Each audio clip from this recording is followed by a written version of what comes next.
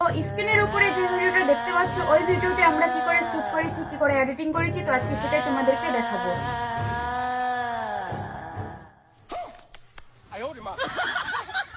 এই ভিডিওটি বানার জন্য ভিডিও শুট নিয়েছি, তো ভিডিও শুটটা তোমাদেরকে দেখাই। তো এটা ছিল আমার প্রথম শ্যুট। তো আমি এইভাবে একটা প্লেয়ারের মধ্যে অভিনয় করে ভিডিও শ্যুটটা নিয়েছি। তারপর এটা আমার দ্বিতীয় শ্যুট। তো দ্বিতীয় শ্যুটটা আমি এইভাবে উপর নিচ করে ভিডিও শ্যুটটা নিয়েছি। ভিডিওটি আমি ইনসার্ট দিয়ে এডিটিং করব। তো আমি ভিডিওতে ক্লিক করলাম, প্লাস বাটনে ক্লিক করলাম, গ্যালারি থেকে ভিডিও দুটোকে সিলেক্ট করে নিয়ে নিলাম। তো ভিডিওটির প্রথম দিকে কিছু বাড়তি সিন আছে, সেগুলোকে আমি কেটে দিলাম। তো এরপরে দেখে নেব পিছন দিকেও বাড়তি সিন আছে কি না। তো পিছন দিকে কোনো বাড়তি সিন নাই। তো ভিডিওটিতে ক্লিক করে রেখে আমি স্পিডে ক্লিক করব। তো আমি স্পিডে ক্লিক করলাম। ক্লিক করার পর ভিডিওটিকে আমি 12-13 সেকেন্ডের মতো স্পিড করে নিলাম। তো এরপরে দ্বিতীয় শ্যুট। তো দ্বিতীয় শ্যুটেরও প্রথম দিকে কিছু বাড়তি সিন আছে, সেগুলোকে আমি কেটে দিলাম।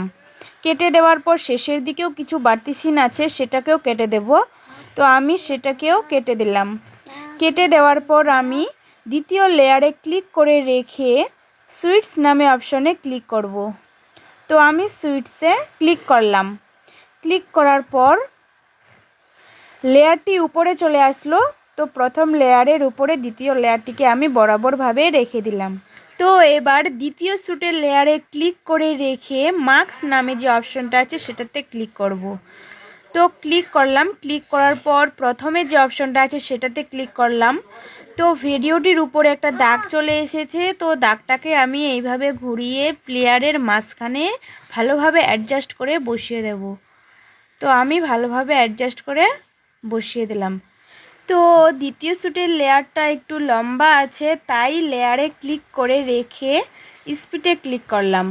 স্পিডে ক্লিক করে ভিডিওটিকে একটু স্পিড করে ছোট করে নিয়ে নিলাম।